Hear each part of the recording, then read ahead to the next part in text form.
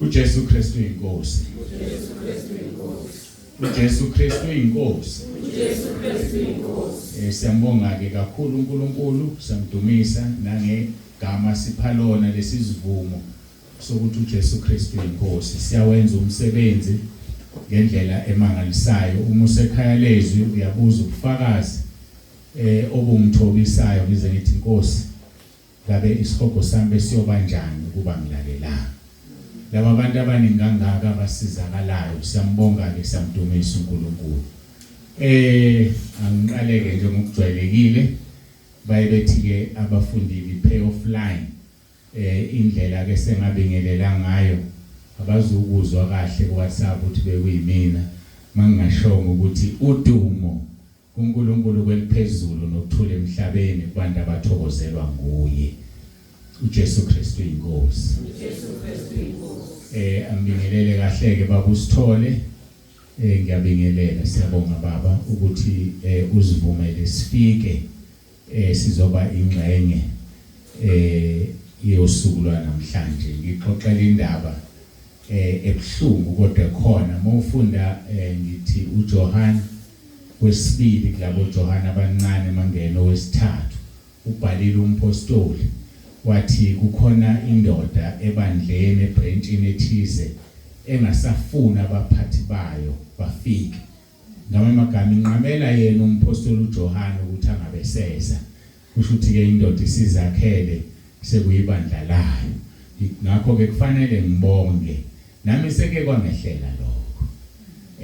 Ngathi mangithi mfundisi ngelanga elithile sizofika nomama, wathi ngizokuphendula ngesonto ngisazokhuluma nabazalwane ngizwe ukuthi bayavuma ukuthi ufike. Ngathuka ngazinwaya ngathi uthangilele ngiyaphupha. Nangempela ntambama Sunday wayithumela SMS wathi kulungile ungafika. Awuphelanga unyaka wayishiya ibranch lo mfundisi khona oba sekungenile nabazalwane bakhe sesiqale phansi. Angizoyisho ngizoyiyeka nje kanjalo, kodwa into ekhona impela yikho ke kufanele ngibonge ukuthi uzivumelile safika ngoba unalo ilungelo lokusitshela isingisi. Ngibingelele abefundisi bonke ayangakayi befundisi ngithobeke emkhathini. Siyabonga baba ukuthi usikhoselise ekhaya. Ngezwe ukuthi washo wathi la masifikile kusentabeni indlu kaJehova ngiyabonele ukwakhoza ngani, kodwa mase sihambile sekwakhoza yonke le ndawo. Siyabonga kakhulu ke baba nomama ukuthi nisamukele. Abefundisi bami ngiyabonga baba uMwelase ukuthi ukhona, baba uMbeje, baba uZuma, mina khona engimshiyayo ke Nkosi yami umfundisi okhona la angixolele baba kusho usemolibeka kwena icala lokuthi awungijelanga nomfundisi uSibanibani okhona. Kodwa ke ngibingelela bonke abafundisi nomama befundisi, siyathobeka kakhulu. Ngibingelele kobaba bonke bebandla, ngibingelele umama, insizwa nentombi noSunday school egameni leNkosi uJesu. Ngiyathobeka kakhulu. Angiqale ke ngibonge ngenza inkonzo ezinyana senisuke namsukumisa umama la ngihamba khona ngithi akubongeni. Uyakwazi ukubonga, mina ngikwazi ukubonga. Siyabonga kakhulu umsebenzi ke wothisha baka Sunday school nalokho esibone enganeni ikusasa lebandla. uNkulunkulu anibusise kakhulu. Boleze ezincane nje ezinye zazo aziyazi into ezikhulumayo, kodwa izwi lithi khulisa umntwana ngendlela kuyoba ngeyakhe. mila lento iqhume ngelinye ilanga wakhumbule wamazwi awasho ela abesemsiza no Sunday school omdala siyabonga kakhulu bantu abami ningayilahli into esenifundisiwe sibonge kakhulu ke ikhwaya laseNtabeni ikhwaya lebandla nacula kamnandi namhlanje hayi ukuthi ngenina ngicula kabi ukuthi safundiswa ke communication kuthiwa ke ebazothuka Nkosi yami kuthiwa mawuzovulela isibhaqa oqale uncome so yikho ke ngithi ngacula kamnandi hayi mawubona umuntu ekuncoma ujabula kuye nganene uhleki kanti yini ke izolandela angithi no baba sebeyazi yabona umama make wakuthakazela wakushaya ngethakazela uthi ujabula ubona ikhona okuzayo ke la ayikhona azoyicela ifunayo ya akukho kubi bazalwane ngitheni ngathu kodwa ngithobile mase ngizwa senicula ngathi nomama ngathi cha kufanele ngimdonse ngendlebe bazalwane siyanicela ningangeni ephutheni lokusikhonza cha ningasikhonzi ingena kancane lenhlese igadeni angithi ngicule kabi ngoba nize nasho nento eyakhulunywa kimi ngibizwa kusho ukuthi bengicula kahle kodwa nigade ningazitholi senisikhonza niyalazela ibandla ukuthwela kwamasango niyalazi nayo umasango wayishumayela kumnandi badina sebemkhonza ekho kuthi ibandla lakwamasango so ke nigade ke ngiyanicela njengoba seniqala ukucula ngathi nje ngiyasaba mina ngiyasaba ngizogcina senikhonza thina sicela sikhonzeni uJesu bafowethu ningangikhonzi ngiyimbongolo mina egitshele uJesu engene eJerusalem wathuma abafundi wathi abamlandela imbongolo wayigibela le mbongolo yambathiswa ingubo le mbongolo yandlalelwa ingubo phansi kwakungandlalelwa imbongolo kwakundlalelwa oyigibela so ngiyacela udumo lonke luye kulo muntu osigibela ileso lisicelo sami akukho sesiphelile isibhaqa yithi so kushuda akukho ngibonge kakhulu nokucula kwenu ngezwi ukuphila kwethu kufihliwe kuJesu kanye ekuNkulunkulu ukuphila kwethu kufihliwe noKristu ethuthi khona amagagu la ayichane yacula bazalwane kuyangijabulisa lokho kakhulu ukucula izwi angazi uma nayazi imfihlo yokucula izwi ikuphi khona umunye umntwana kaNkulunkulu wahlwithwa umoya wayengaphumile emzimbeni kwaba umbono wakhe noma iphupho angisakhumbuli kodwa ngangixoxa lo yena ngo wafika la emkhathini eboshiwe mayifika eboshiwe emkhathini kusho ukuthi uNkulunkulu wayeqonda ukufundisa lento engizoyisho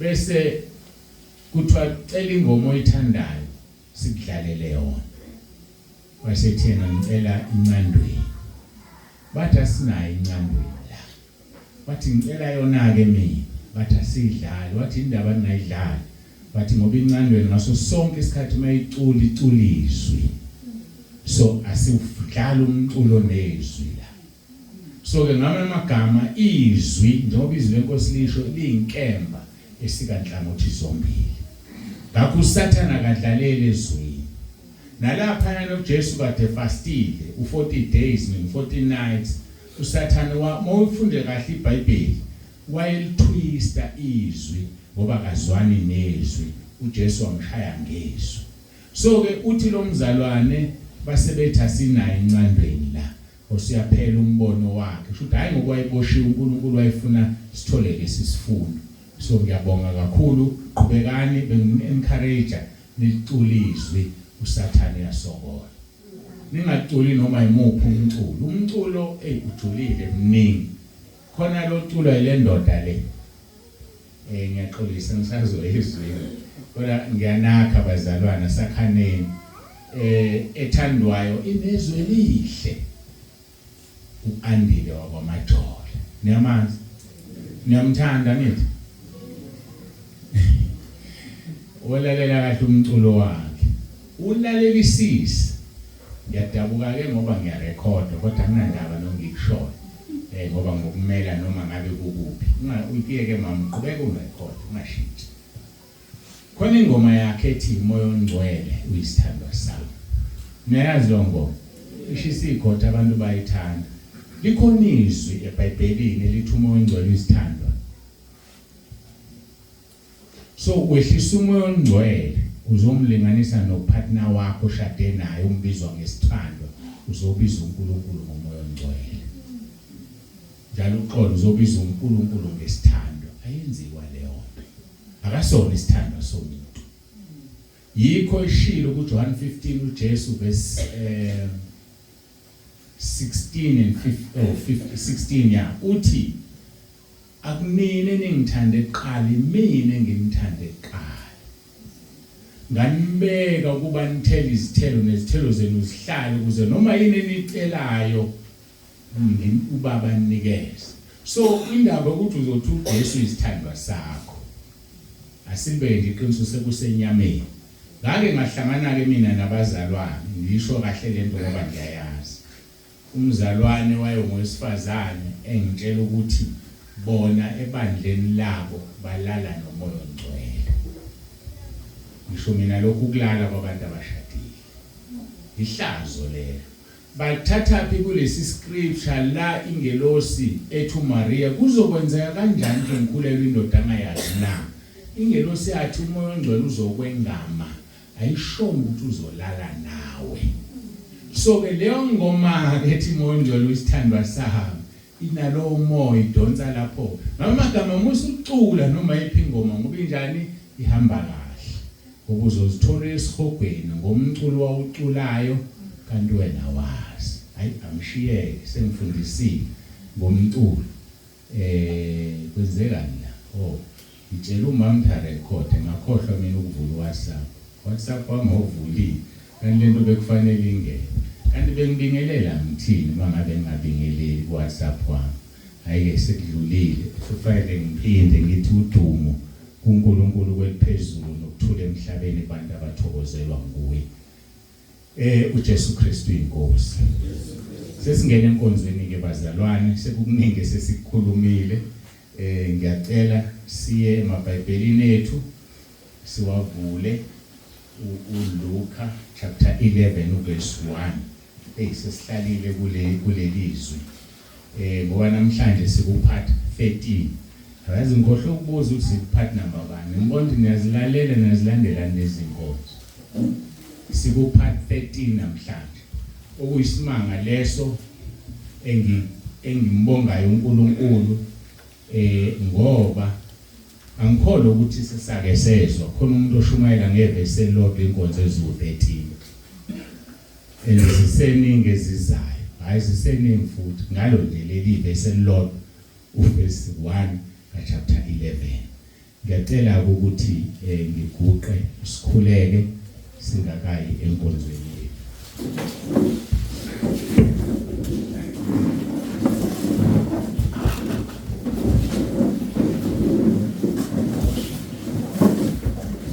Bamkhoza nabanye ukuthi ngeke lisasha izwi.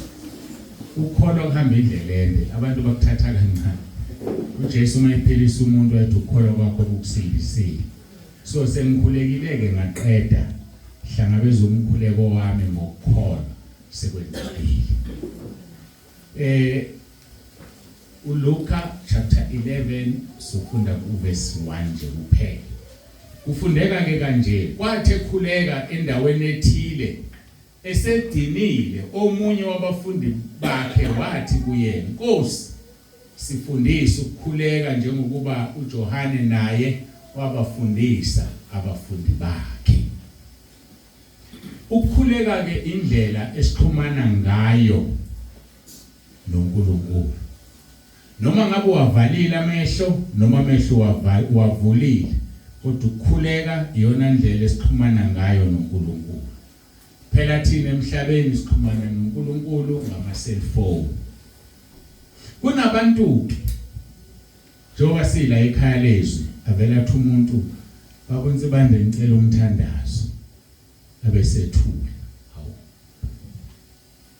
bazalwane ngifuna ukunitshela ngiphiwanga uprofeta ukubona inkinga zabantu cha angiphiwa ngalokho ngiphiwa uprofeta ngezwi likaNkulunkulu mangabe ngikhuluma izwi likaNkulunkulu bese likuthinta okwazi ukuthi ubeprofeta yabo lokhu kokutshela inkinga zabantu ngixolele ukubhula lokho angikwazi so umuntu mayicela umkhuleko nje asho ukuthi ucela umkhuleko wani uze ngiwukhuleke kodwa ke umkhuleko kaMay 18 uqondana nazo zonke izinto ususiza abantu abaningi uvusa abantu emathuneni uzame nawe ngokukholwa sesibakutholela ubufakazi bawuthunje ngamanje sidumbu sesithule babeka ifone la ikhule kuRoma 18 uRoma 10 verse 9 nalo umkhuleko kaMay 18 bambona umuntu eqwayize vula amehlo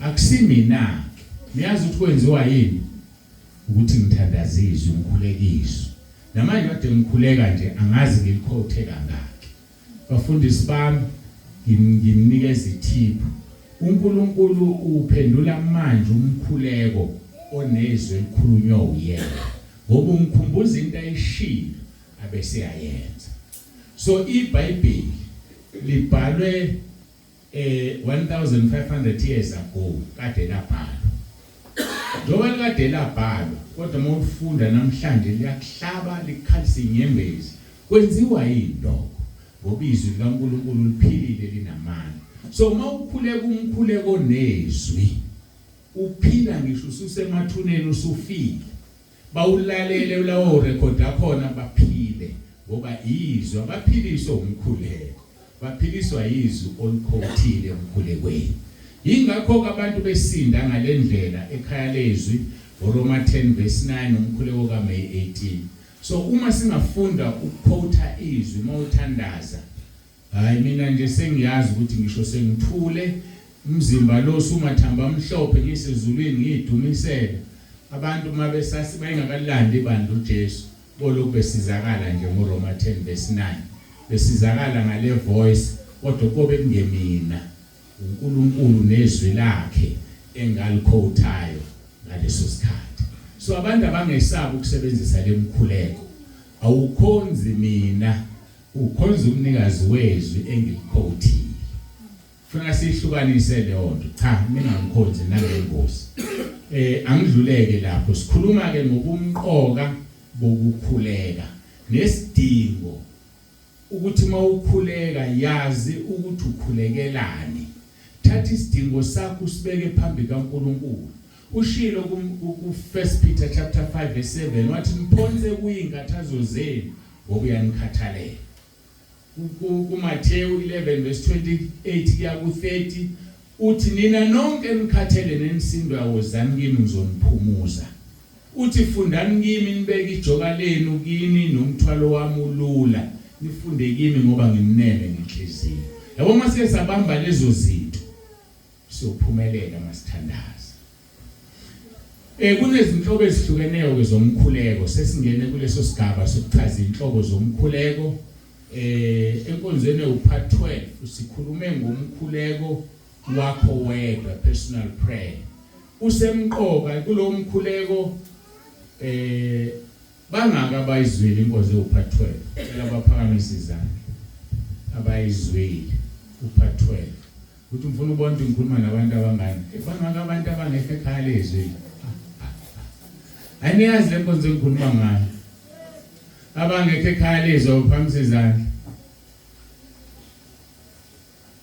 abangekho ekhaya umama ukhona nje bawumbili kodwa phela ushuthi anilalesane kusho ukuthi ngifuna ngiqale kude kancane ake senze kanje bazalwane yimi ngibekezelele bengicabanga ukuthi abantu abalapha basekhaya lezwi ngo-2010 uNkulunkulu wangibiza ngezwe izwi lakhuluma nami ngizosho kodwa endweni eziwu4 wathi yakha ibandla lami ungagijimisa imali ngegama lami mina Jesu njengoba abafundisi benza wayezi introducer wanginika izinto eziwu4 sengiyadlula ngo2011 waqala umsebenzi sengiyadlula ngijahe ekhaya lezwi ngo-2020 kungena iCovid izwe lavalwa thema livala izwe wakhuluma a voice wamina ke uNkulunkulu ukhuluma ngezwi lakhe iBhayibheli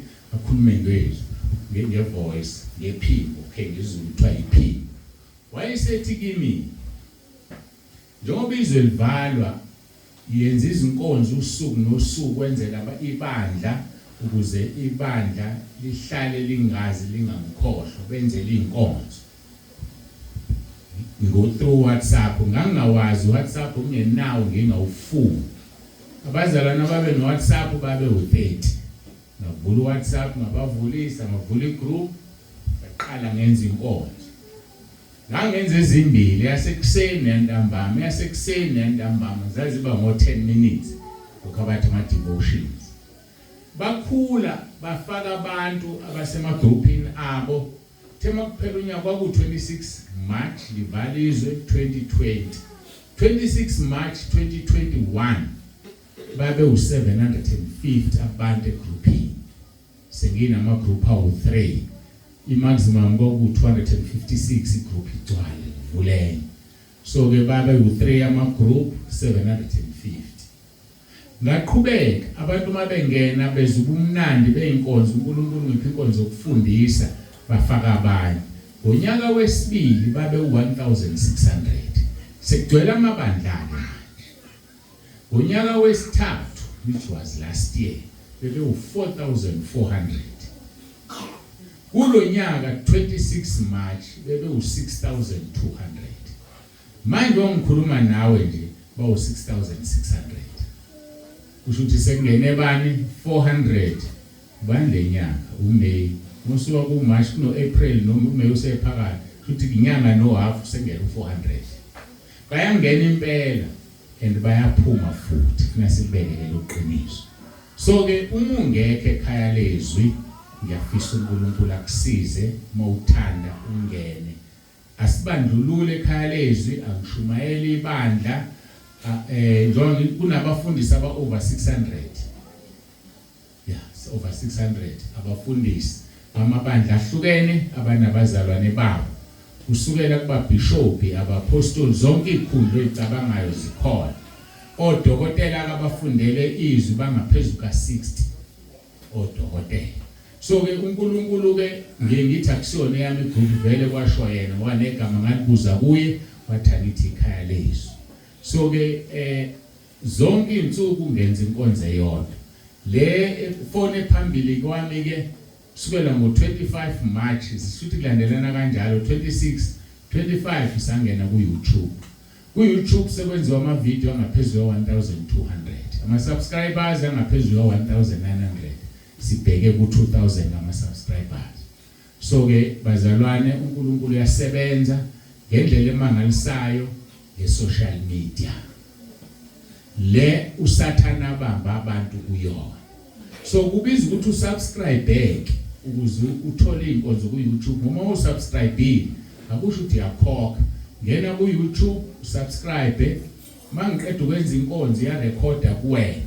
awuzungena kulama site ephona abantu abanqunu ngoba kugcwele ubonakala ku-YouTube so uzovela wena izongena isihloko ucindezele khona uvela uqonde enkonzweni ulalela inkonzo uphume ku-YouTube awuyibuka yonke lento embi usathana azokulinga ngayo siyambonga ke kakhulu uNkulunkulu ngicabanga ukuthi wonke umuntu uya-understanda ukuthi ikhaya lezwi yini kusho ukuthi thinto okumemileke uma ufikela uqala ungazi thinto okumemile njalo ngosuku phakathi komsombuluko kuya kulesine ngifaka ubufakazi abantu bayasizakala ngibathumelela imkhuleko bese beyidlulisa ukhona umunye nje osanda ukudlulisa umkhuleko bayinika abantu engingabazi abangekho egroupini unika umakhelwane wakhe egulelwa ingane ngoba nale ngane yavuka isifile babiza lo mama lo uyakholwa bathi uzokhulela akuphethe ifoni yakhe thema ifiti ingane isithule wavula ifoni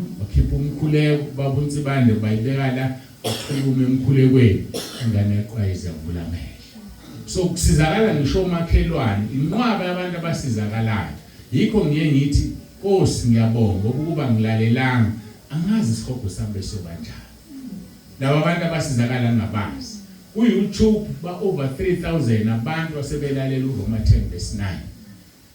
Mhlawumbe uhafu walabo bantu basindisiwe bamukela uJesu angibazi, ngeke ngibazi ngoba bona izulu lethu uyababona laba bantu umqhele wakho.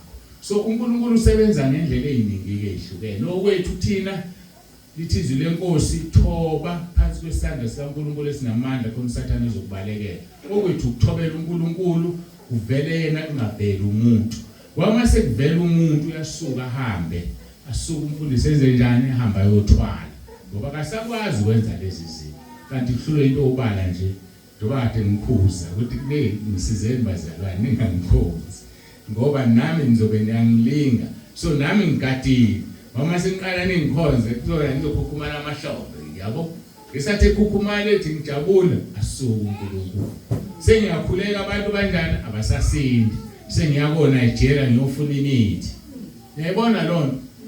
So umuntu nje ophilayo umzalwane ungamncomo. Momncomo uyambulala. Noma lo ngaphezulu kwakhe omenze wayilento ayiyona. Khona izohlala enjani ethobekile. Hayibo ngibuyele ezwini. Bengimtshela nje ngegroup kuze niyazi bazalwane nazi ukuthi uNkulunkulu ngibhale umsebenzini onjani. Akulula nokuthi ngitholakale umuntu mayengifuna ngivuka ngo3 ekseni nangumama ufakazelele yena sengiyasebenza ize ngilale late kusikhathi ngo10 noma ngo11 mangixake kakhulu 3 hours kuphela ngilale ngivuke ama messages ka WhatsApp ngosuku on average mangihlanisa ama messages nababhukhile ngikhuluma nabantu abawu200. So uzobona ukuthi lo muntu usebenza kabuhlungu kanjani. Kodwa into engiyithandayo uNkulunkulu uyawususa engqondweni yami angikwazi ukukhumbula isono usivumile. Ungakhumbula kanjani ngakhuluma nje u200 ukhumbula izono zabantu. So lento engiyibonga kakhulu.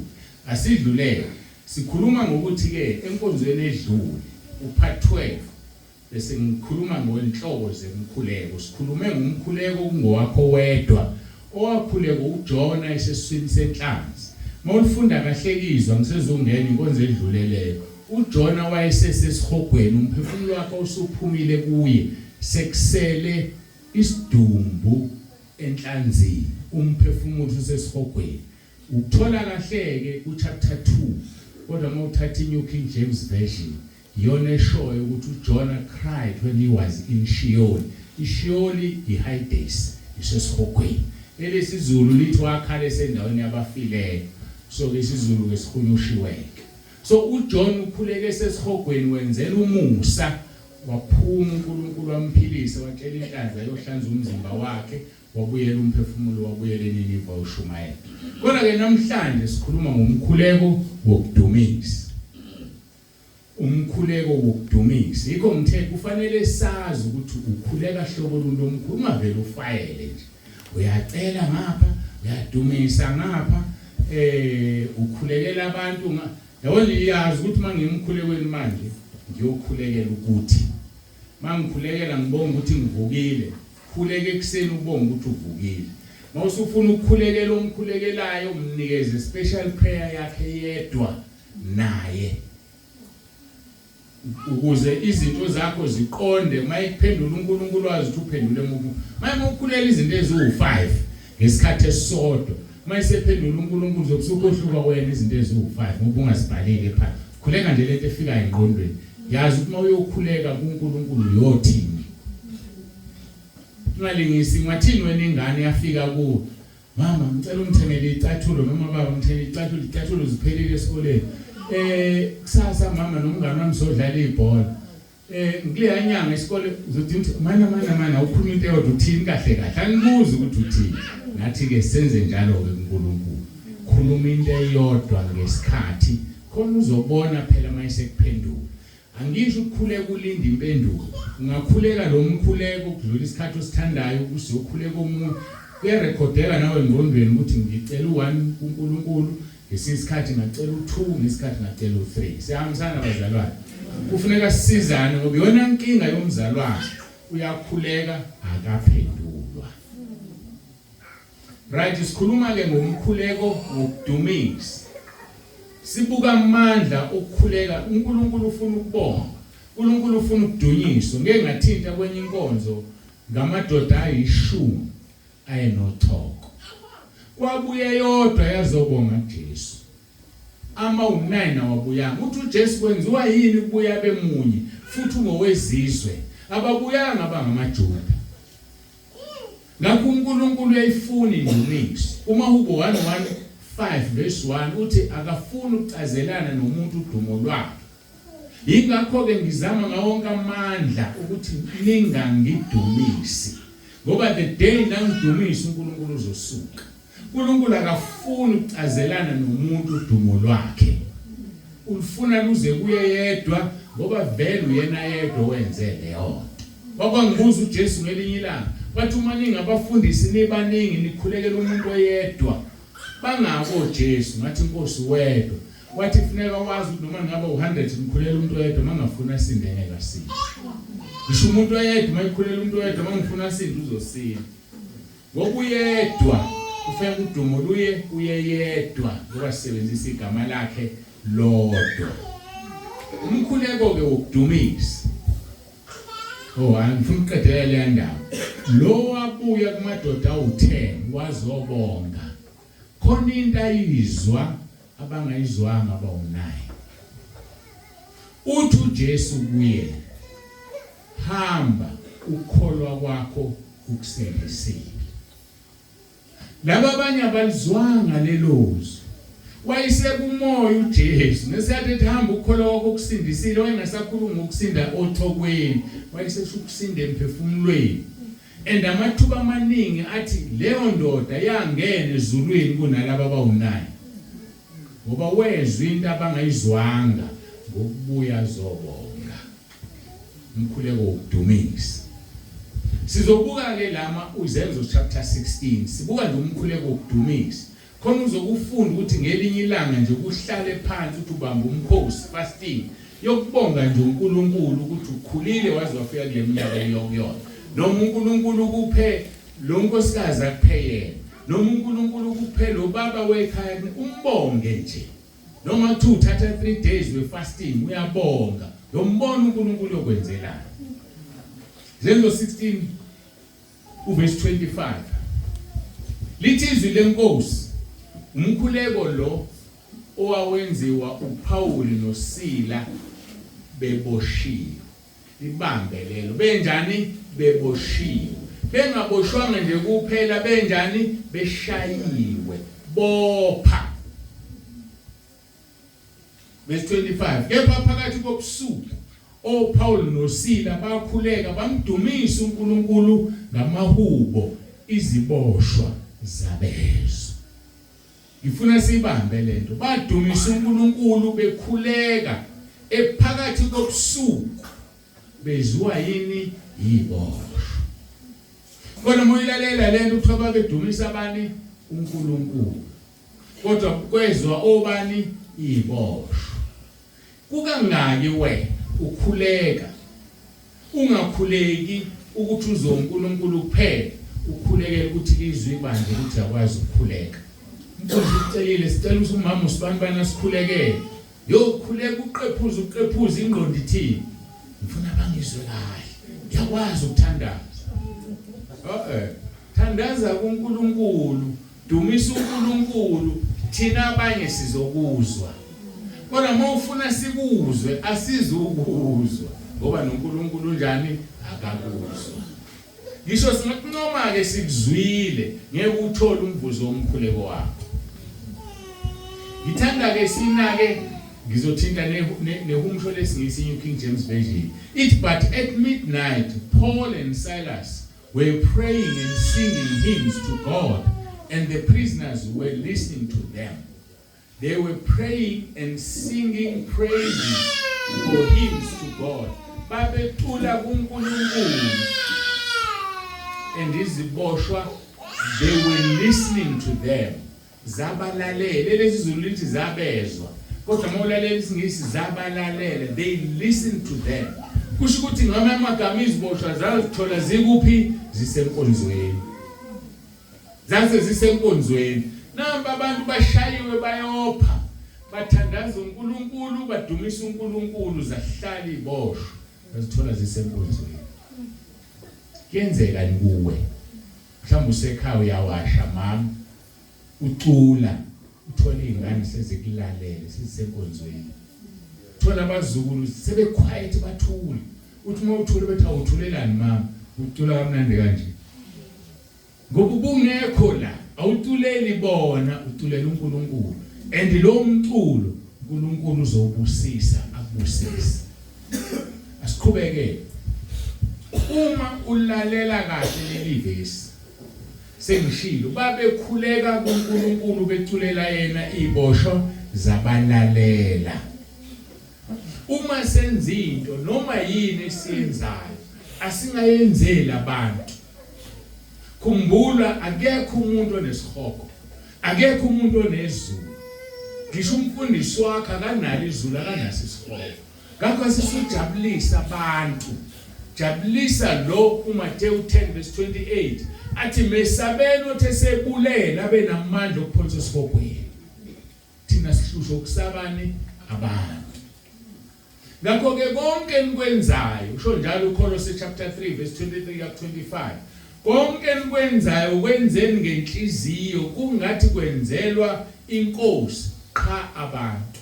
Nazi ukuthi niyakwamukelisa umvuzo wefe enkosini khonzana inkosi uKristu. Isho ukuthini lento?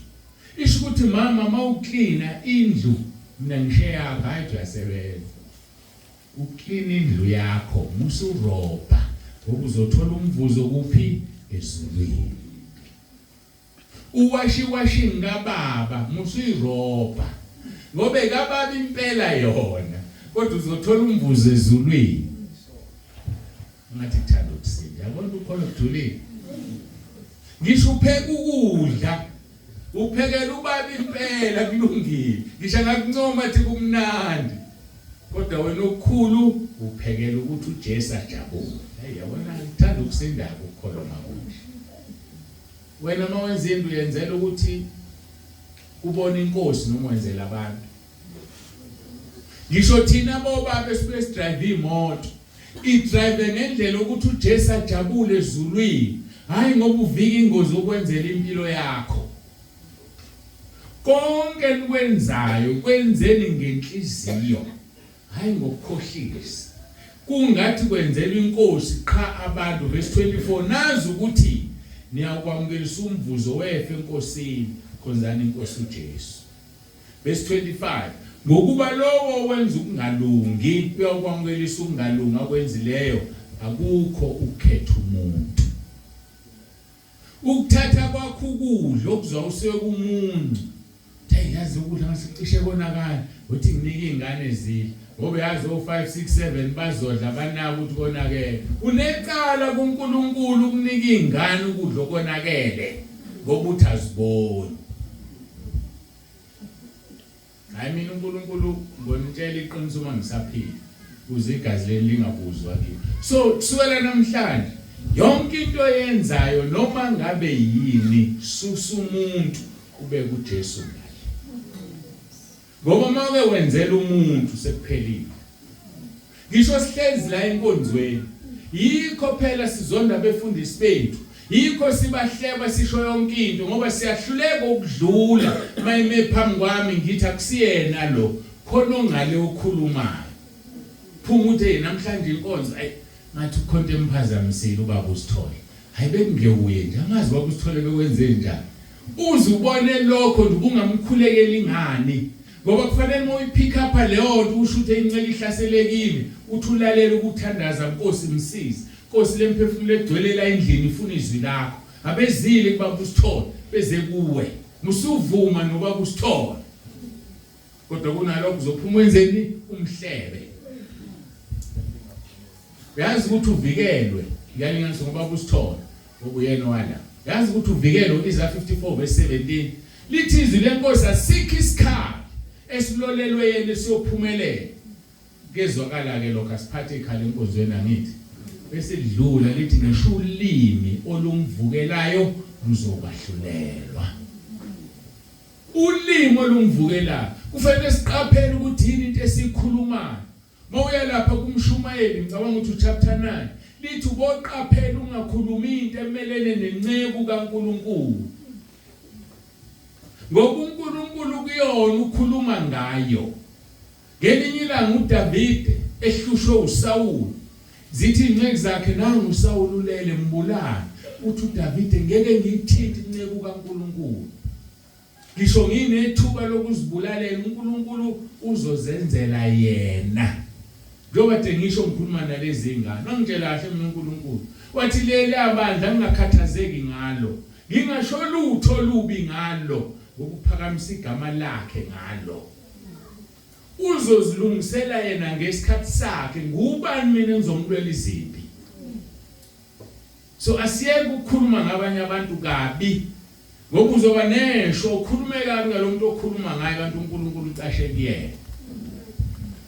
Fike ezulwini vele uJesu usho njalo kuMathewu 25 uthi ngangilambile wangicisha ukudla ngangomile ungiphuzisanga bobuza bathi wakuphi inkosi athi ukwenze kwabancinyane ukwenzekini.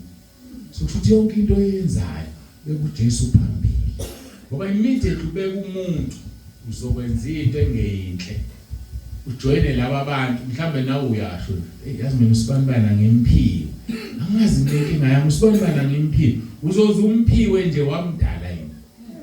Uyakwazi ukudala umuntu akekho umuntu ofanele simphiwe bazalwane lithi izwi lenkosi thanda umakhelwane wakho njengoba uzithanda wena. Iproblem yethu yodwa sithemba abantu athi umuntu wayesekuphoqile yazi sibanibani bengikuthemba mina ngifuna ukuzumzala lekhuluma lawo magama ngoba kusho ukuthi akakhulile enkosini. Jeremiah 17:5 uthi uqale kusiya umuntu othemba kubantu usho kanjani umzalwane usibanibani bengikuthemba. How can you say that? Ngoba uyilandela isiqalekiso asibathemba abantu siyabathanda. Mayithi senza ivice versa uthemba umuntu ongamthembi sithemba uNkulunkulu kodwa thina siyathanda. Ukuze umuntu mayisekwenzela into ebuhlungu ungalimali ngoba uthanda lilinyazo okwenza into ebuhlungu ukuthemba okulimazayo. Yebona lo ubona abantu mabeqabana bethandana mhlawumbe ngiyalinganisa ubaba nomama umama usediscover ukuthi ubaba yonke leminyaka kanti sibabili uqonyile. Into ethukutelisa umama akusikhona ukuthi ubaba uqonyile ukuthi ubaba bengimthemba kanti ungenza isilima. Azuma ngirong angithi lento eqasela zathi awuyazi sibani bengithemba urong umthembelana lithi iBhayibheli asingabathembi sithemba uNkulunkulu. Ngoba ngesathi uthemba umuntu landani isiqalekiso. Ngesathi uthemba uNkulunkulu ulanda isibusiso. Bazalwane ake sithathe nje izwi njalo ungalishintshe sithupha ukuthi yashintsha. Lithi linzima kuwe ulithathe. Ngakho ke konke enkwenzayo kwenzeni ngenhliziyo kungathi kwenzeka inkosi. La ke sifunda ukuthi phakathi kobusuku oPaul noSila babekhuleka. Bangaka abantu abakhuleka ngo-12. Ngeke baphakamisa izandla nje. Abakhuleka ngo-12 avuma umuntu akhuleka ngo-12. Alekho. Ayinjalo. Ngiyafuna nginegative wazalwane. Abasekhaya lezi nizwile ubufakazi bamfundisi ubani mahlalo uzofaka izona. Ukuthi baphume ebusuku emzimbeni ngo-12 bayosebenza. Umzalwane ukhuleka ngo-12 okungenani ngokwara to 12 ngoba imimoya amadimoni umuntu abathi laba amadevil wesiphaza aphuma ngo-12 emzimbeni. Mhlawumbe ulele nje wena ingane yakhe iphumile yosebenza uqubuthoba. Umzalwane akacuphi i-cellphone i-alarm whether it's 10 to 12 or 5 to 12 ivusa ukhuleke fafaza igazi likaJesu phezu komuzi wakho kuze uma ingane yakhe idevil worship ingakwazi ukuphuma ivindwe leli igazi.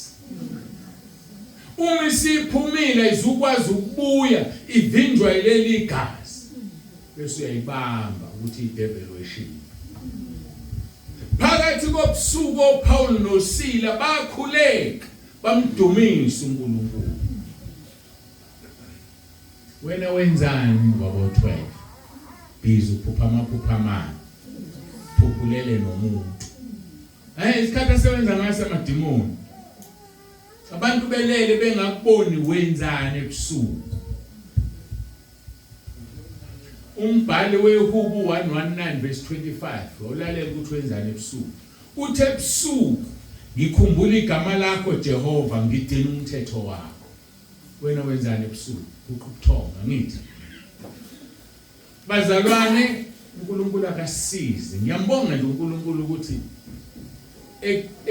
ekumeni kwami phambi kwabantu inkonzo anginike yona ukufundisa ngoba bazalwane bashunyayeziwe balandiwe bengakholwa bazofakwa endlini zokukhonza kodwa bafundisiwe ukuthi ukholwa kuhanjwa kanjani namhlanje uzofunda ukuthi ebusuku siyakhuleka ngoba uma sonke ekhaya lezwi 6600 ngo12 ebusuku sivuka sikhuleka you can imagine ukuthi KZN ingaba njani umlilo lapha ezulu laba abantu abaginqa imoto laba abantu abaphuma beyothakatha ngeke kwenzeke ngoba ikhaya lezwi liningi eKZN kulandela iGauteng kulandela iEastern Cape neWestern Cape nama province angena kancane so noma lenkonzo bezoyizwa ngilethe ichallenge ake sikhulekeni sonke ngo12 silayithe umlilo wasezulwini abasemathuneni bevuka beyopoka bangakwazi ukuvuka by the way isipoka ngisazi ke mina ade ngibuze omunye umuntu ekhaya lethu ithi isipoka sikhona yini ngiyasazi mina ngeke ngahlala emsinga kunezimo silale entabeni ngangihamba nabafana bethi nasi isipoka ngithi si awubona lo mlilo ngangobona ngempela futhi mina isipoka ngikaze ngisibone so angisazi ngasikhona noma si ngelila bathi nangu besohlangana nakathinti phansi uhambe emoyeni uphi angimboni so angazi ke isipoka isikhona noma si kodwa engikwaziyo uNkulunkulu senza sibe ngamalanga bomlilo ngithandazile lamaHebheru 1 verse 7 namaHubo 104 verse 4 uthi wenza ingilosi zibe imimoya abesenza ikhonzi zakhe zibe ngamalanga bomlilo uma singamalanga bomlilo uthi mawungena ekhaya kwakho iguli ngani sinde leso sikhathi ngoba amadimoni abaleka bonwani umlilo ungena wasezulwini ungene ebandleni umfundisi kuthunywa idevil worship isha kuze kuyophuma inkonzo noma iphuma phakathi ihambe ngoba sekungena umlilo umfundisi wala ekhaya kodwa siyoba umlilo only if siphila impilo engcwele sizihlanza sivuma izono zethu uthi ke umbhalo weHubo 119 ebusuku ngikhumbula igama lakho Jehova ngidina umthetho wakho umthetho udine ngisho ebusuku udine ngisho ulele uverse 62 uthi phakathi kulo leli Hubo 119 phakathi kobusuku ngiyakuvuka ngikubonge ngenxa yezahlulelo zakhe ezilungileyo kongebona uPaul noSila kuphela ukuvuka ngo12 singabazalwana abanjani singavuka ebusuku ngo12 niyabona iyasala le uphi phone yakho ke manje vuke ngo12 nanomama sicuphi phone sivuka omunye eguqe ngalo ngombhedo omunye aguqe ngapha usho umkhuleko sikhulekela abani nini ekhaya lezwi nasentabeni yendlu kaJehova kuyabonelela thina silindele ngaleso sikhathi nikhulekela abani abaholi benu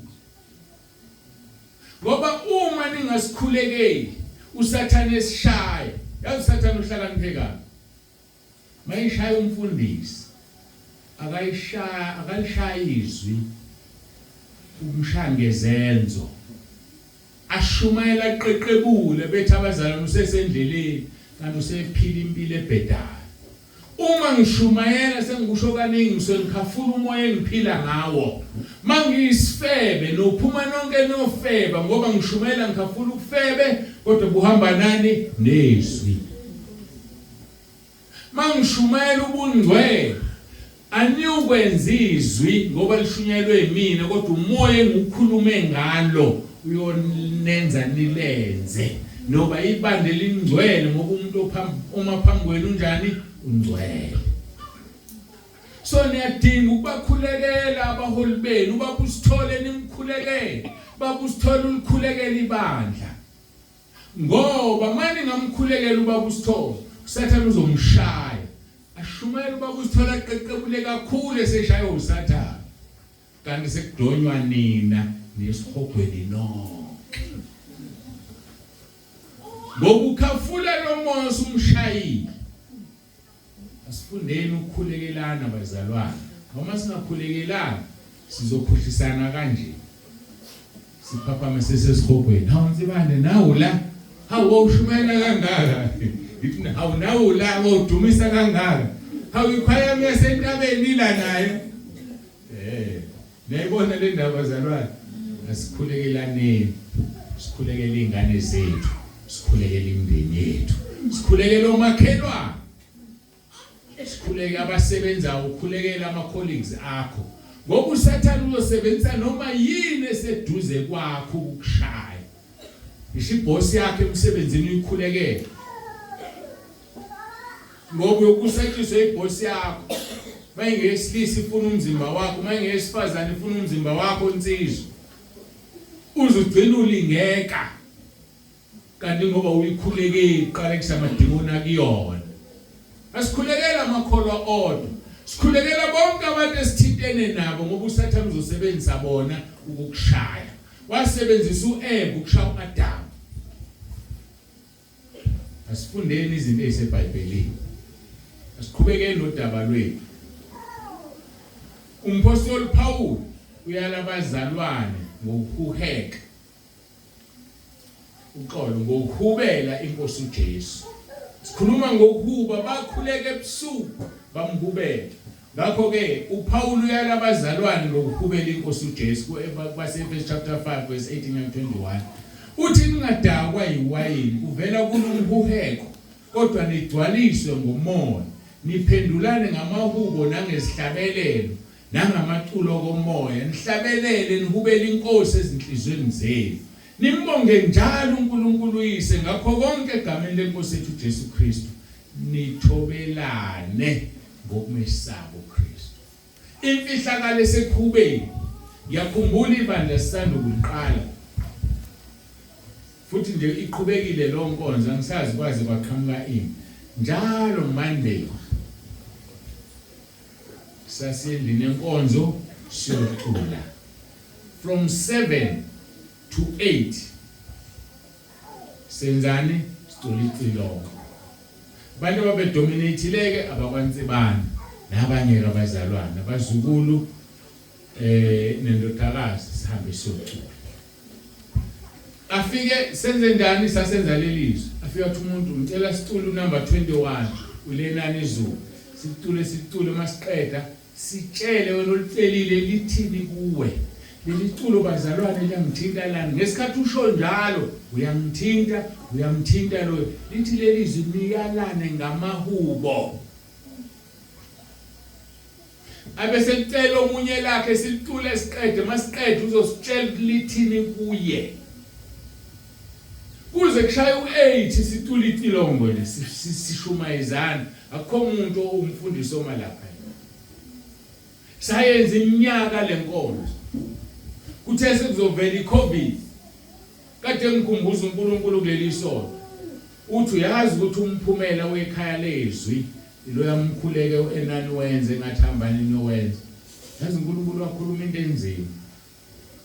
Ngijabula khona befundisi bami ngesonto. Mawuphuma enkonzweni uphuma njani? Khathela ngithi. Mawunethuba ufika udludle ulala. Wathi uNkulunkulu kimi mase ngidlile naphumula ngo4 ngibuyele endlini yenkonzo niyokhuleka. Ngazi senze iminyaka le noma iminyaka emithathu salayinelwa iCovid.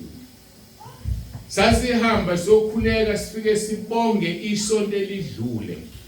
Bathi sifike sibonge ngathi Sunday namhlanje siphumile enkonzweni sibonga last week sikhulekela isonto esizoliqala bese sikhulekela ibandla bese siyaphuma siyahamba. Sakwenza lokho ekukhulekeleni ibandla sasikhulekela ukuthi likhule namhlanje lingakanani. kade ngikhumbuza uNkulunkulu athi lokhu kwehla kwenu nenyuka every Sunday niqeda ukushumayela ukhathele ngo4 yaqala umkhuleko ngo5 niyaphuma nibuyele emakhaya sasifana nezilima bengakwenza abanye abazalwane very few esasiya khona sifike sikwenze siguqe sikhuleke unkumbuzo uNkulunkulu ngabonga ngamangala yazi uNkulunkulu uyakwenza izinto ongazi ukuthi ukwenziselana bese kuthi mawusungale bese kukhumbuza athi akhumbula ukuthi ngathi yiwo umphumela bazalwane indlela empumelelweni inzima indlela yokukholwa ibiza ukulalela uNkulunkulu and mawusumlalelile zenzeka izinto bengathi umlingo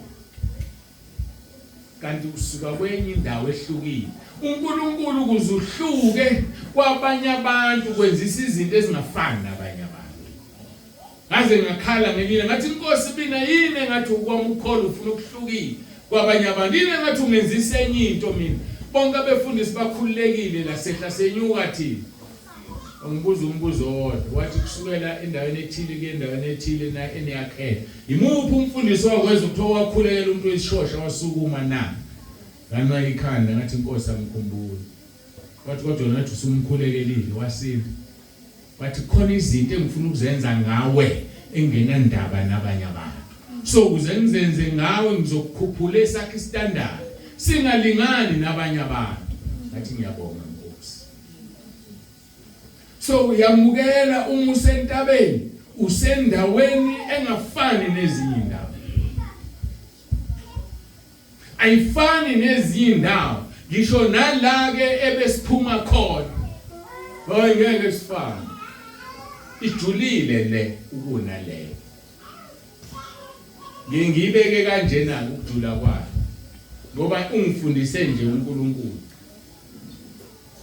uma sengithi abantu babulela ingane kodwa bazi ngoba wambula uGenesis 38 uGenesis 38 uthi uJuda wayenamadodana amathathu la madodana amathathu endala uJuda wayethathela umfazi senze lokho iBhayibheli lisho njalo akulona inhlamba lelo gama eBhayibhelini ke ubaba wayethathela indodana unkosikazi ngoba noIsaka washo Abraham uthi inceke yakhe ayomthathela uRebecca so ke lithi iBhayibheli ubaba wathathela uqala umfazi wenza kabi umfana oqala phambi kaNkulunkulu uNkulunkulu wambulala kwakunomthetho ukuthi umuntu oyinkosana uyena okhipha indlalifa la ekhaya akusho ukuthi makufa umfana oqala wesibili useyindlalifa kuhambe kanjalo ngokweBhayibheli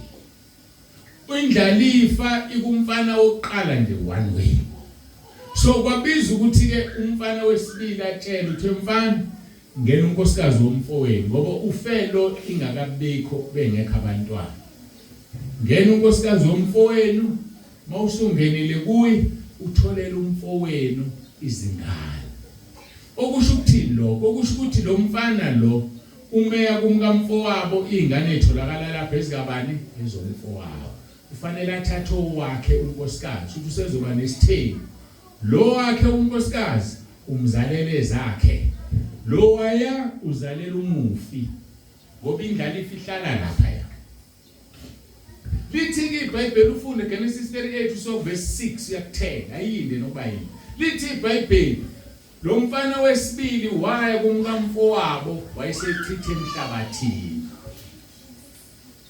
izoyichiya kanjalo ngoba kufanele sijule kodwa nalo lisho kanje iBhayibheli uNkulunkulu ngamthukuthelisa lokho wambulala lo mfana so sifundani lapho ukuthi uNkulunkulu kimi uma abantu besoma babulala ingane isona thina sazi ukuthi ubulala ingane uhoshula isisu amadoda azukuthi omama abantu besifazana kanti ingane ziqale endodeni ukubulawa ngifuna ukutshela ukukholwa engikunikeze ukujulile asikwazi la siphuma khona izinto ezinjalo kunalokho ziya encourage ukuthi ungalamanise eduze hambe yohlela kuNkulunkulu ukuhlela ukubulala ubulele njengomuntu ohambe lokushula isisu kuNkulunkulu ukuchitha ngaphandle ukubulala, kuNkulunkulu ukuziklina kade uhlangane nomuntu wesilisa ubulele. Hayi mina nginikezwe okunye ukukholo okujulile.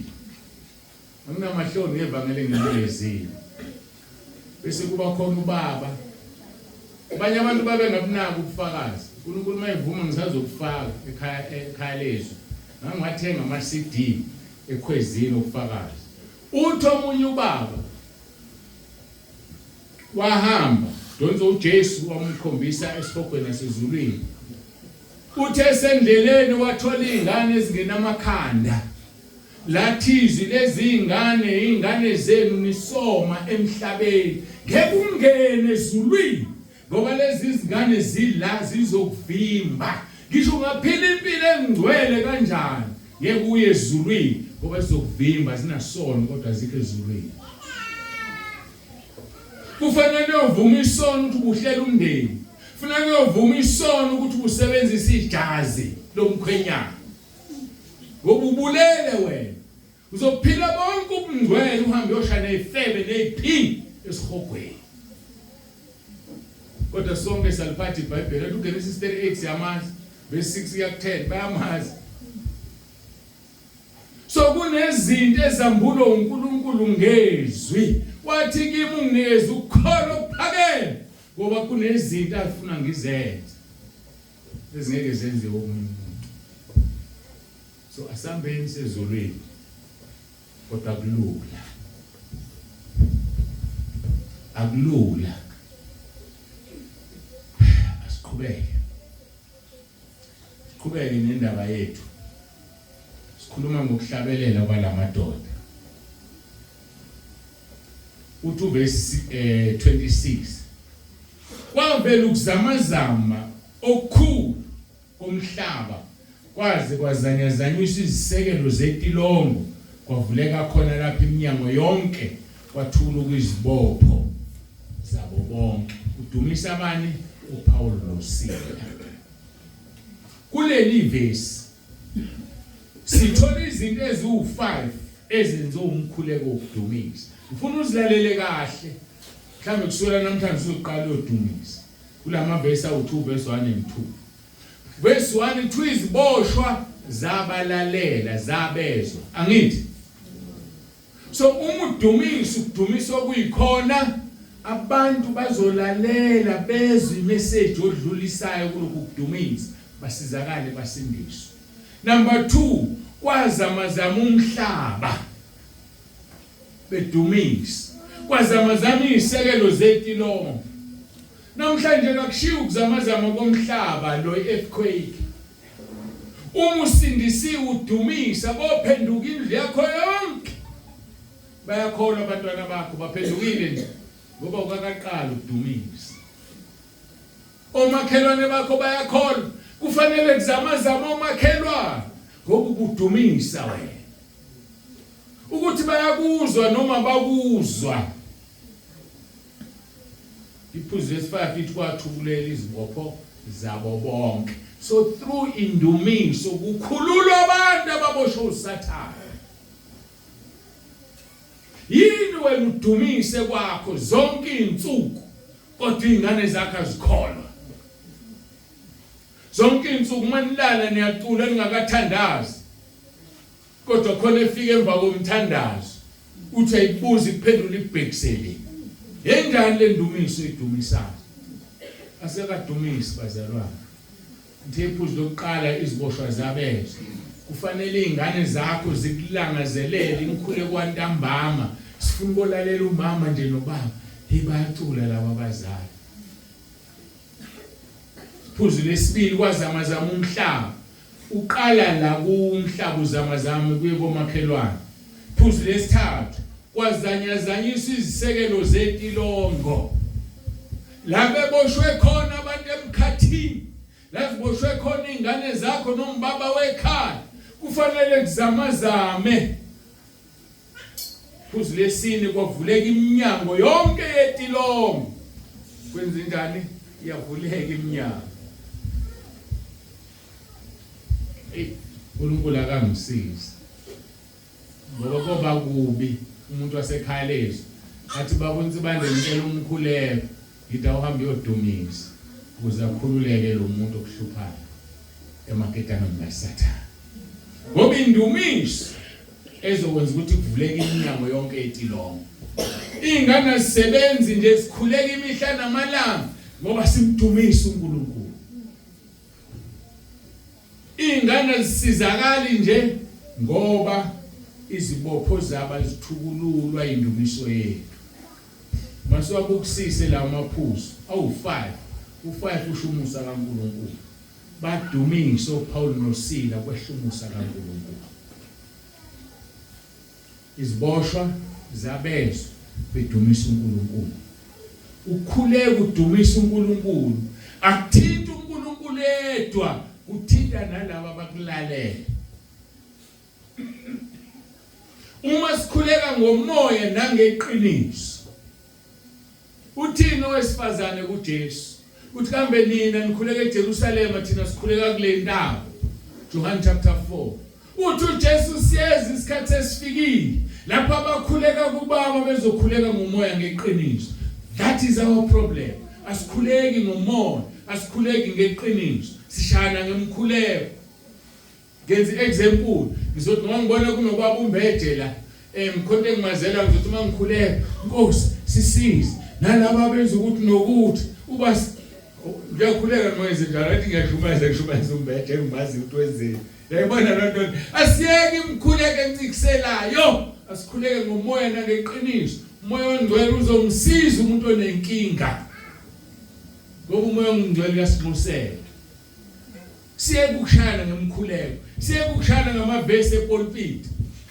Vele kuzwakala ukuthi yabona ke manje sibani khona akhuluma naye. Inkosi yami bebenzani. Ayifuneki lonto leyo. Ngikhuluma izwi liyaphilisa. Ukushumayela ukugudla abantu akuphilisi, ubulala ibandla. Ngoba bephuma labahle umzwini kade etshela usibani bani engakuzwile yini. Ayifuneki lonto emabandleni. Ngakho ke sidinga ukukhuleka ngomoya neqiniso. Sathane namadimoni akhe abazuthinteka nje kuphela, kodwa bazoshiswa umkhuleko onendumiso. Umuphumelane. Thatha iboshwe ezinye njengoSathane namadimoni. Bazogcina bekulalela udumisa. Bese bayasha baqhele kuwe babaleke. Umkhuleko wakho uyadumisa.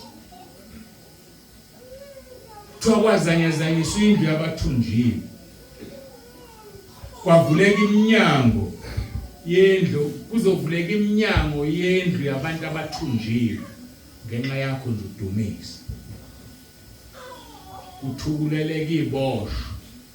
Uthukuleleke bonke abantu ababoshiwe. Uthi uJesu kuJohane 8:36. Ngakho ke uma indodana imkhulula niyoba ngabakhululekile impela. Kudalwa yini wena usukhululekile kodwa ukwazi ukukhulula abanye abantu? Yini ungakwazi ukubakhulula? Athi kuverse 31 khona uJesu wathi kubaJuda abasebekholiwe nguye, uma nime ezwini lami ningabafundi bami isibili, niyakulazi iqiniso neqiniso liyakunkhulula. But ufuna senzeni thina simezwini. Yona into engayitshelwa mina le. Yona into engayitshelwa. Khona umunye umuntu obengibuza omunye umbuzo ekhaya lezo, angisawukhumbuli nawo. Ngamtshela into eyodwa. Athi yabona into ungibuza ukuthi kuyisono nilo. Ngithi mina yabona into eyibuzayo ayikho ezwini. uNkulunkulu wathi mina ngoshumayela izwi kuze ngabikho umuntu ongiathekhayo. Ngoba immediately ngiphuma ezwini ngizodina ebandleni ngishaya imithetho yabantsibande ngithi ngiyashumayela. Qhelazi ibandla. Uthi uJesu kunamaFarisi abakwazi bashaya imithetho abakwazi uyifula nangomuntu. Asihlelene ezwini siyeke izinto ezingekho ezwini. Kodwa kusho ukuthi izwi lisiphelelise zonke izono. Ngithi ke kuye yabona into oyibuzayo nama ngiyazi ngoba ayikho ezwini.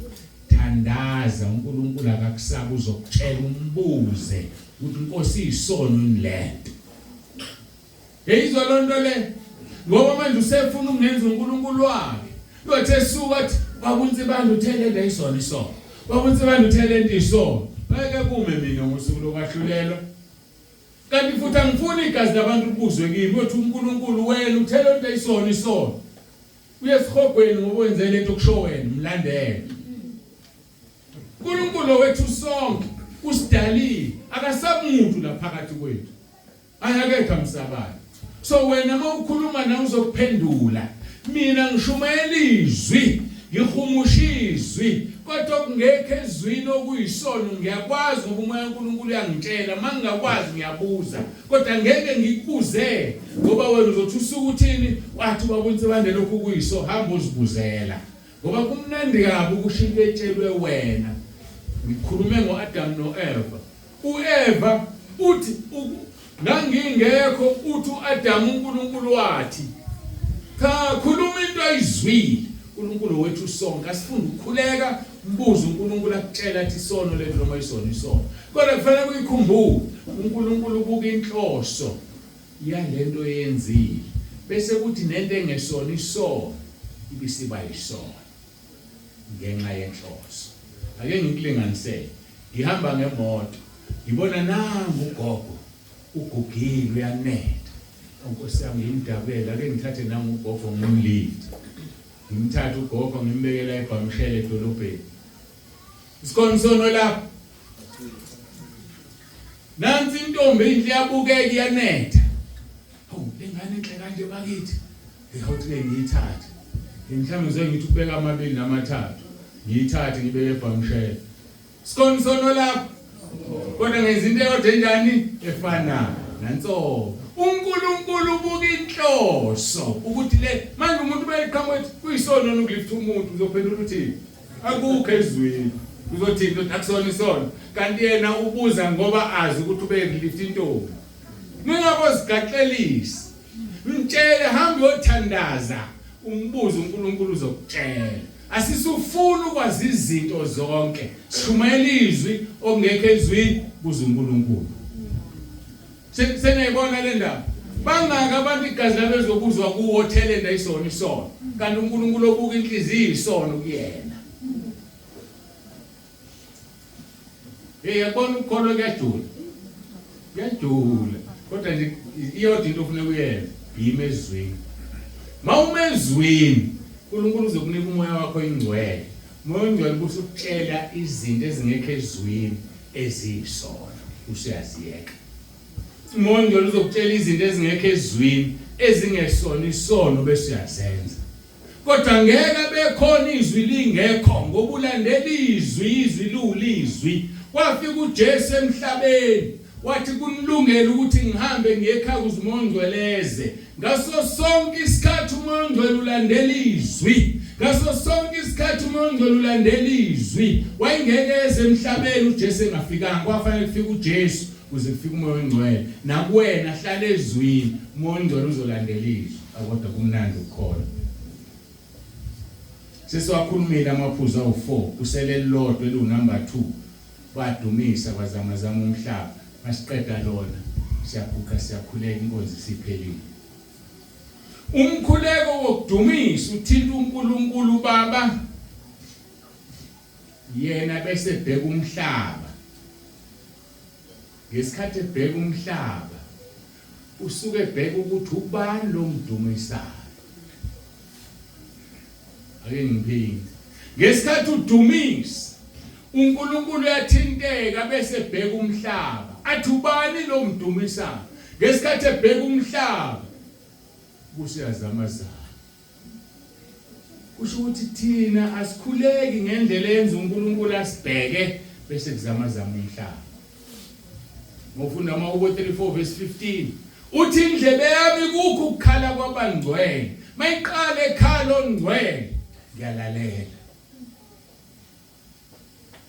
ake sikhulume ngaleli izwi elithi uNkulunkulu mayebheka umhlaba uyazamazama ngoba ngikhuluma ngithi oPaul noSila bamdumisa wayesebheka emhlabeni thema ibheka umhlaba awufuni ukubheka uNkulunkulu uvela usheke mawufunda iHubo 104 verse 32 ayifuna ulalele kahle lithi yena obheka umhlaba bese uthuthumela i-earthquake leyo yena othinta izintaba ezithunqa umlilo ivolcano abamabona ivolcano usuke ethintile wayithinta lo ntaba ngomunwe wakhe mawukunyakaza umhlaba uzamazama ngisho i-earthquake ke ejayelekile lithi iBhayibheli ubheka umhlaba uzamazame ngithi ke mina mawukhuleka udumisa ngendlela efanele uNkulunkulu uzobheka la iqhamuka khona indumiso umhlaba uzamazame ukuzamazama komhlaba ke ukuphenduka kwabantu abaseduze kwabo ngoba badumisa uPaul noSila wazamazama intilongo kwavuleka iminyango endima kuNkulunkulu ovula iminyango ababaleka abantu azibaleki iboshwe ziyahlala zithobela umthetho ngoba uNkulunkulu ovulile akavuleli ukuthi beqe ngoba ukweqa kuyisono uma ephaphama umndini isiboshwe buka uthi hawe ibosha zambe zonke iminyango ivulekile nje uthatha inkemba ufuna ukuyigwaza uthi uPaul ungazibulali isikhona sonke akhona oyedwa ohambile ngoba izimanga ezenziwa uNkulunkulu zenza abantu basindiswe kodwa izimanga ezenziwa befundisa abathwele baqhubeka nokona abantu bebebethi umbholofithi wethu wenza ukuthi nokuthi umfundisi wethu wenza ukuthi nokuthi phoma yenza lezi zinto wena usenzelani isono hayi thina akasikhuza akasitshela ukuyisono lo akekho uNkulunkulu kodwa umhlaba ozanyazanyiswa uNkulunkulu abantu bahlala bathobela umthetho uthi umndeni iziboshwe amakhosi madoda ingenze njani kuba ngisindiswe na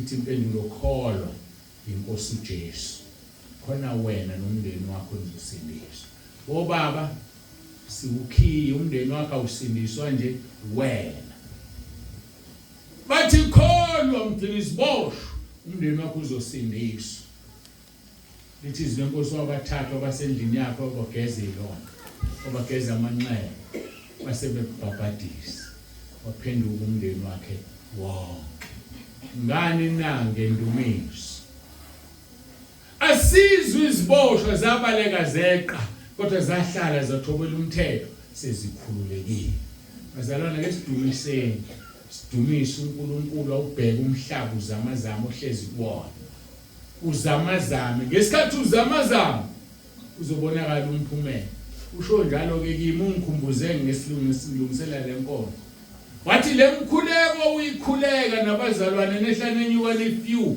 nokhuleka endlini enkonzo uzamazamile umphumela ikhaya lezo umphumela lo 6600 usakhula futhi ngenxa yale yamkhuleko bafutha lesikhulekeni sidumiseni uzamazama amakhaya ethu khululeke ingane zethu khululeke obaba bangakhona khululeke ihlobo omalume nobani yabazi uma bengafuni ukukhululeka abayeke ukukubiza mabenza imisebenzi bakwazi ukuthi wena isikhonzi sikaJesu nomphathi wemfihlakalo zikaNkulunkulu basithatha aphi isibindi sokukumema sokucela imali ukwenza ubaxhasi kusho ukuthi awuthandazi kuzamazama umhlaba mabakwazi bakubona asikuqe isikhuleke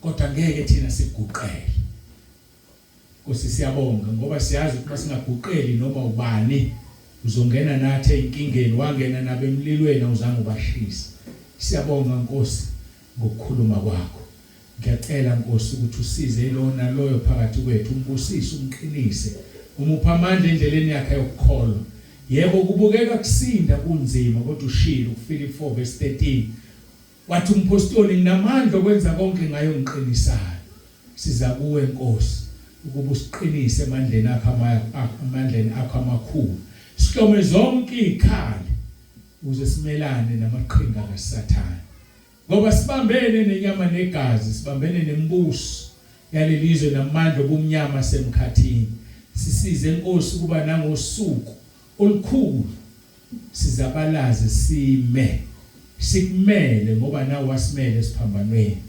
siyabonga Nkosi busise lona loyo ilalele lenkonzo noma uyilalela ku YouTube noma uyilalela ku WhatsApp noma uyithunyelele omunye engekho egroupini ngiyacela Nkosi wenze umsebenzi kuba yizwi elivela kuwena athi uPetro Nkosi singayapi masuka kuwena ngoba mazonke okuphila kuwe siyabonga Nkosi ukusiphizwe lokuphila siyabonga uNkulunkulu wethu basuka endaweni eziningi bebeze kuwe Nkosi ezweni lakho babusise ngamunye nemndeni yabo ubafihle ngezwi lakho amaHubo 34:7 othengelosi yakhe iyamisa nxa zonke kwabakwesabayo bakhulule maHubo 139:5 uthi umuntu wakho uyamzungeza ngemva nangaphambili ubeka isandla sakho phezulu kwakhe Isaiah 54:17 asikho isikhali esilolelwa abantwana bakhe sophumelela nolimo olubavukela uzobahlulela biyela kube ilona loyo khona manje nolalele lenkonzo nosazoyilalela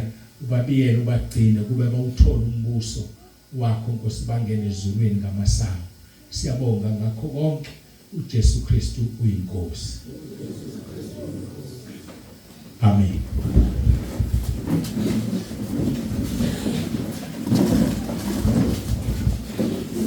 sesifikile ngaphethelweni mphathi ohlelo ngikhumbula mangithi amen ukuthi kunginika umsebenzi wathi ngokukhulekela umnikelo ngikhulekele nabafakazayo kuyacaca ukuthi bengeyona inkonzo yami usuyinika kobanikeza yona uJesu Kristu inkosi